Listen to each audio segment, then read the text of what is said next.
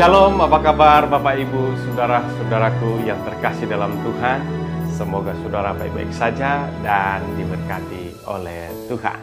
Atas kerjasama Departemen Penata Layanan dan Heavenly Light Ministry YouTube channel Lighting the World Serving the Lord, maka mulai sahabat ini kita akan mempelajari seri khotbah Allah terutama. Dan pelajaran pertama hari ini dengan judul Dambakan, Rindukan, dan Inginkan Allah. Dan ayat intinya terdapat di dalam Matius pasal 6 ayat 33. Tetapi carilah dahulu kerajaan Allah dan kebenarannya, maka semuanya itu akan ditambahkan kepadamu. Tetapi terlebih dahulu mari kita bersatu di dalam doa. Kiranya Roh Kudus-Mu menuntun kami untuk mengerti maksud rencana-Mu dalam hidup kami melalui firman yang akan kami pelajari. Berfirmanlah ya Tuhan, kami siap mendengar. Di dalam nama-Mu Yesus Kristus Tuhan Juru Selamat kami berdoa. Amin.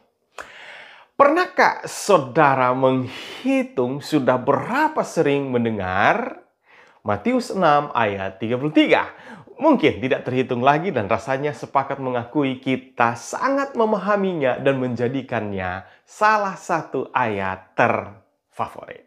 Namun seperti apakah makna yang saudara pahami sejauh ini?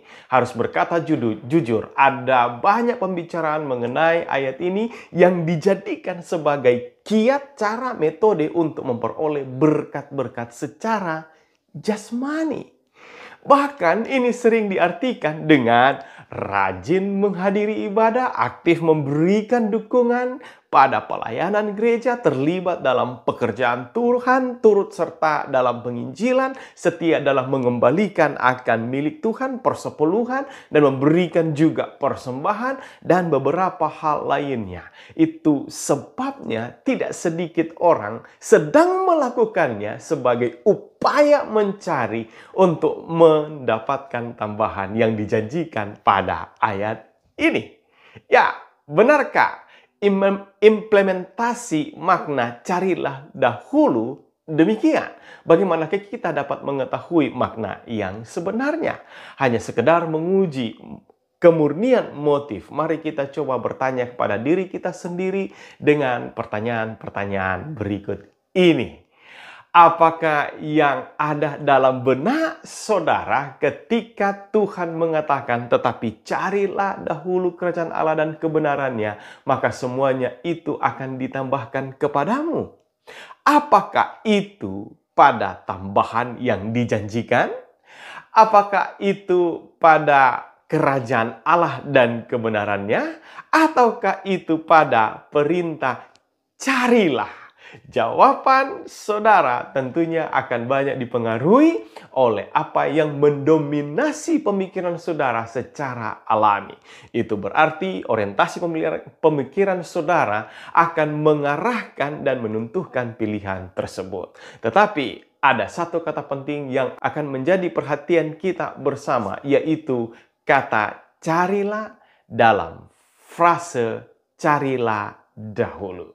Dalam Injil Matius 6 ayat 33, teks asli Yunani kata carilah adalah seteite, dari akar kata seteo yang justru memiliki banyak arti dan pengertian yang luas. Menurut Strong Concordance dan Exhaustive Concordance of Bible, arti dari seteite adalah mencari, mendambakan, mengingini, merindukan, mengharapkan, menempatkan, berusaha, memperjuangkan, menyelidiki, memeriksa, menjadikan tujuan utama, memprioritaskan, mendahulukan, mengutamakan, memerlukan, mencoba mendapat, dan juga memperoleh. Keterbatasan kata yang tepat pada masing-masing bahasa dalam mengartikan satu kata asli pasti akan menggunakan beberapa kata untuk menyempurnakan arti kata tersebut. Dan dengan didasarkan pada arti ini, maka menarik untuk dipelajari satu persatu agar bisa mendapatkan pengertian yang luas dan lengkap tentang konteks Allah yang terutama. Yang diminta untuk cari terlebih dahulu adalah kerajaan Allah dan kebenarannya. Jika berbicara mengenai kerajaan, itu berarti berbicara mengenai pemerintahan dan raja. Ketika ini terhubung demikian, maka Allah diakui sebagai raja dan kita harus tunduk, taat, patuh pada pemerintahannya atas kehidupan kita. Kata lain, ketika ayat tersebut mereferensikan untuk carilah dahulu kerajaan Allah dan kebenarannya, berarti secara otomatis kita diminta menginginkan, mencari, memprioritaskan, menempatkan, menjadikan tujuan utama, mengejar, berusaha memperjuangkan Allah yang pertama dan membiarkan dia memerintah atas kehidupan kita. Menyimpulkan pengertian makna di atas ke dalam satu frase saja, maka kita akan sepakat menyebutkan Allah yang terutama. Ya, dan kita akan menggali beberapa makna lainnya dalam upaya menjadikan Allah yang pertama dan terutama yang didasarkan pada arti kata carilah. Ada tersedia 7 makna dan kita akan mempelajari satu persatu. Dan kita akan memulai pendalaman kita ini mulai dari makna yang pertama tentang Allah yang terutama dalam kajian konteks Matius pasal 6 ayat 33. Pertama adalah dambahkan, rindukan, dan inginkan Allah. Makna pertama dari Allah yang terutama yang dapat dimunculkan dalam urutan terdepan adalah mendambahkan, merindukan, dan menginginkan Allah. Pernahkah saudara sungguh-sungguh mendambahkan, merindukan, dan menginginkan Allah? Seperti apakah jadinya merindukan dan menginginkan Allah? Untuk menjawabnya, mari kita mulai dengan memeriksa kata carilah pada beberapa versi terjemahan yang tersedia untuk menyatakan dan mendukung ide ini. Ada 2 terjemahan yang ditemukan adalah sebagai berikut. Yang pertama, terjemahan Common English Bible menggunakan frase desire first and foremost. Kita bisa artikan secara bebas dengan mendambahkan atau menginginkan pertama dan terutama terpenting akan kerajaan Allah dan kebenarannya, dan semuanya ini akan ditambahkan, diberikan kepada Anda juga. Kemudian yang kedua, terjemahan International Children's Bible menggunakan frase thing you should want most. Diartikan hal yang engkau harus paling inginkan. Ya, dari kedua terjemahan di atas secara sederhana mengungkapkan makna penting hal Allah terutama, yaitu mendambahkan atau merindukan serta menginginkan Allah yang pertama, terutama dan teramat penting dalam hidup seseorang.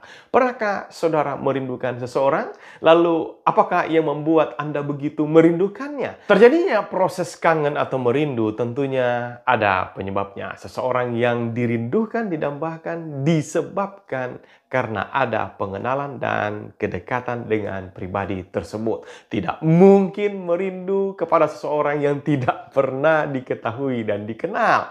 Karenanya selalu ada alasan kuat mengapa merindukan, mendambahkan, dan menginginkan seseorang.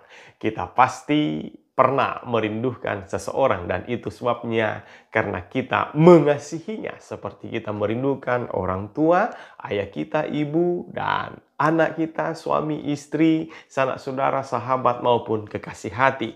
Poin penting yang ditemukan di sini adalah oleh karena mengenal dan terjalin hubungan kedekatan satu sama lain, maka tindakan merindukan dan menginginkan hadirnya seseorang dapat terjadi.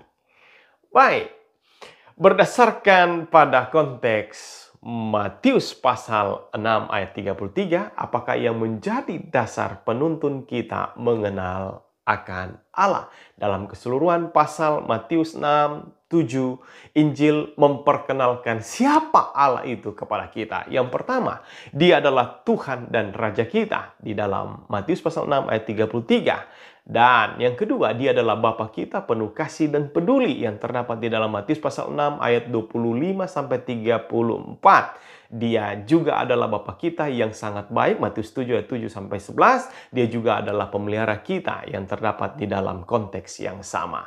Ketika kita mengakui Dia adalah Tuhan, Raja, dan Bapa kita yang mengatur, memelihara, mengasihi, peduli, menyediakan yang terbaik, memelihara kita, maka sepatutnya pengenalan ini akan semakin menuntun kita untuk lebih lagi mendambakan dan merindukan dan menginginkannya. Dan tentunya masih banyak alasan lain dalam Alkitab sebagai bukti yang dapat menjadi dasar pengenalan pengakuan kita akan siapa Allah itu sebenarnya bagi kita. Allah seperti inilah yang harus menjadi terutama dalam hidup kita, yang menerima kasih, kepatuhan, ketaatan, loyalitas, komitmen, serta penyembahan kita. Mari kita bayangkan sepasang muda-mudi di era 70-an, 90-an yang sedang mabuk asmara membuat janji ketemuan dan telah disepakati pada jam 7 malam sebelum bertemu di malam hari. Apa yang mereka rasakan di sepanjang hari? Tentunya rasa gugup, grogi, ya, tidak sabaran melanda seketika bercampur aduk dengan rasa penasaran, antusias, dan harapan naik menjulang tinggi. Lalu apakah yang mereka lakukan? Tentunya mereka akan memilih gaun terbaik, menyusun kata-kata, bicara untuk menyapa, dan hal lainnya yang dipersiapkan sebaik mungkin. Bisa dibayangkan pada jam 3 sore, sudah mandi dan berdandan, dan kekasih pria akan selalu mengecek jam di dinding, ya, dan rasanya ingin segera melangkah keluar rumah, tetapi ternyata jam baru atau masih menunjukkan pukul 4 sore. Akhirnya tanpa menunda lagi, ia pun memutuskan segera berangkat menuju ke rumah kekasihnya. Namun perjalanan itu terasa begitu lama dan detakan jantung berpacu dengan cepat dan tak berirama. Tiba-tiba ia sudah berada di depan rumah kekasihnya. Rasa gugup dan senang bercampur aduk. Dan ketika melihat jam di dinding di ruang tamu di rumah kekasihnya, oh ternyata baru jam 5. Sang kekasih wanita keluar menyambut dan seolah-olah memarahinya. Kenapa datang begitu cepat ke sini? Sekarang masih jam 5. Padahal senangnya luar biasa tidak ketulungan. Ada apakah sebetulnya dengan mereka? Ya, belum lagi dengan 2 waktu jam duduk berbicara bersama, terasa singkat dan enggan pamitan walaupun sudah disuruh pulang. Oh, mereka sedang jatuh cinta. Mereka sedang kangen, merindu, dan tentunya berbeda dengan orang muda di zaman kita ini. Jika merindu tinggal menelpon, bahkan bisa langsung video call, ya. Dan bagaimanakah dengan saudara hari ini? Bagaimanakah dengan pasangan suami istri? Masihkah saling merindukan dan menginginkan satu dengan lainnya? Oh, itu harus menggambarkan bagaimana rasa rindu yang dalam dari pasangan yang sedang jatuh cinta. Maka seorang penyanyi sekuler, pendandut Indonesia, Evi Tamala, melantunkan sebuah lagu berjudul Aku Rindu Padamu dengan lirik sebagai berikut. Kemanapun ada bayanganmu, saudara tentu tahu, kemanapun ada bayanganmu, semua waktuku ada bayangmu, kekasihku. Kemudian dilanjutkan, mau tidur teringat padamu, mau makan teringat padamu, mau apapun teringat kekasihku. Saudara, demikianlah jika seseorang benar-benar mabuk kepayang, jatuh cinta, rasanya tidak mau melewatkan sedetik saja tanpa memikirkan kekasih hatinya. Ini menyeratkan betapa kuatnya keinginan dan kerinduan untuk terus berada dekat bersama. Ya, para pemazmur juga pernah mengalami rasa rindu yang mendalam, namun bukan kepada manusia, tetapi kepada Allah. Dalam kitab Mazmur ada 3 kali kesempatan masing-masing menyatakan bahwa mereka memiliki jiwa yang haus kepada Tuhan. Dikatakan, seperti rusa yang merindukan sungai yang berair, demikianlah jiwaku merindukan Engkau, ya Allah. Jiwaku haus kepada Allah yang hidup. Mazmur 42 ayat 2 dan 3. Selanjutnya, ya Allah, Engkaulah Allahku, aku mencari Engkau, jiwaku haus kepadamu, tubuhku rindu kepadamu seperti tanah yang kering dan tandus tiada berair. Mazmur 63 ayat 2. Kemudian yang terakhir, aku menandahkan tanganku kepadamu, jiwaku haus kepadamu seperti tanah yang tandus. Mazmur 143 ayat 6. Demikianlah ayat-ayat ini, baik Bani Korah maupun Daud bersama-sama mengutarakan kerinduan yang amat dalam kepada Allah. Pernahkah saudara membayangkan rusa kehausan merindukan air dan tanah kering dan tandus merindukannya pula? Seperti itulah jiwa para pemazmur merindukan Allah. Jiwa mereka benar-benar haus dan dahaga mendambakan dan merindukan Allah. Begitu merindukan. Dan pernahkah saudara mengalami hal yang sama? Ada poin penting dari munculnya rasa rindu mendalam pada konteks ini. Jika saudara ditanyakan, mana yang datang duluan? Mencari Tuhan atau jiwa merindu? Mana yang datang duluan? Minum air atau rasa haus dahaga? Tentunya sebelum datang mencari, rasa haus dahaga akan Allah akan muncul pertama mendahulunya. Karenanya pelajaran pertama tentang Allah terutama didahului dengan mendambakan, merindukan, menginginkan Allah. Barulah kemudian pelajaran berikutnya adalah mencari Allah. Injil Lukas satu-satunya Injil yang menceritakan kisah pertobatan Sakeus. Seorang kepala pemungut cukai datang mencari Yesus dengan harus mengatasi dan menaklukkan berbagai rintangan dari luar dan dalam hidupnya, di mana orang banyak menghalangi dan keterbatasan postur tubuhnya saat dia hendak berjumpa dengan Yesus. Tetapi jauh sebelumnya ia memutuskan untuk melihat orang apakah Yesus itu. Dalam Lukas pasal 19 ayat 3, ia telah banyak mendengar tentang Yesus, tentang penerimaan Yesus terhadap pemungut-pemungut cukai lainnya yang bertobat dan bagaimana Yesus mengampuni dan memberikan jaminan hidup baru kepada orang berdosa seperti dia. Dan pena inspirasi menggambarkan akan kerinduan hatinya kepada Tuhan. Dicatat demikian. Meskipun demikian, pegawai cukai yang kaya itu sekali-kali bukanlah seorang yang keras hati di dunia sebagaimana adanya. Di bawah rupa keduniawian dan kesombongan terdapatlah hati yang sudah menerima pengaruh ilahi. Dalam hati kepala pemungut cukai itu tergugahlah suatu kerinduan untuk memperoleh kehidupan yang lebih baik. Kerinduan segala zaman, halaman 605. Jadi ketika Yesus melintasi kota Yeriko bukanlah satu kebetulan, karena ia datang untuk mencari yang hilang dan menemukan Sakeus yang sudah lama menginginkan dan merindukannya. Allah mengetahui setiap jiwa yang benar-benar mendambakan dan menginginkannya.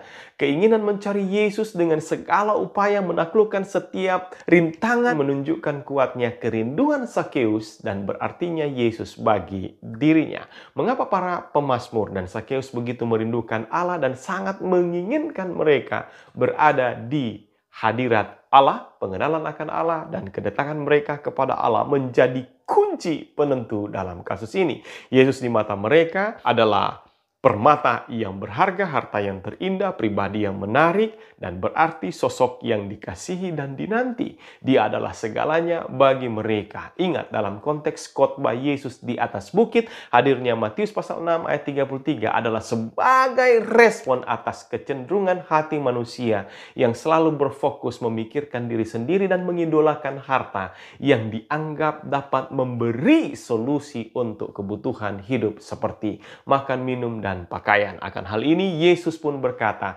karena di mana hartamu berada, di situ juga hatimu berada. Ini berbicara mengenai daya tarik sesuatu atau daya pikat seseorang. Adakah keinginanmu akan Yesus melebihi segalanya? Oh, Yesus haruslah menjadi harta yang terindah. Pemazmur dan Sakeus telah menunjukkannya. Makna pertama, Allah terutama dalam konteks carilah dahulu adalah Tuhan meminta kita untuk mencari dahulu kerajaan Allah dan kebenarannya. Dia sedang mengajak kita untuk mengakui siapa Dia sehingga Dia semakin didambakan, diinginkan, dan di setiap hari akan semakin dirindukan. Renungkan sejenak seberapa besar kesungguh-sungguhan kita mendambakan, menginginkan, dan merindukan Tuhan. Apakah sering, ataukah kadang-kadang, ataukah justru jangan-jangan merindu, memikirkannya pun tidak? Adakah sesuatu atau seorang yang lebih Anda rindukan, saudara rindukan daripada Tuhan saudara? Kembali kepada poin yang kita temukan hari ini adalah pengenalan dan kedekatan kita kepada Tuhan akan mempengaruhi sikap dan tindakan respon kita untuk menginginkan dan merindukannya. Dia adalah Tuhan, Raja, Bapa yang penuh kasih, peduli, berkuasa, dan memerintah atas hidup kita, menyelamatkan serta memelihara hidup kita. Siapakah Tuhan bagi saudara? Mengapa saudara menyebutkan dan memanggilnya Tuhan? Jika sepenuhnya kita menyadari siapa Dia bagi kita, maka sikap, respon, dan tindakan kita akan menunjukkan betapa berarti dan indahnya Yesus bagi kita masing-masing.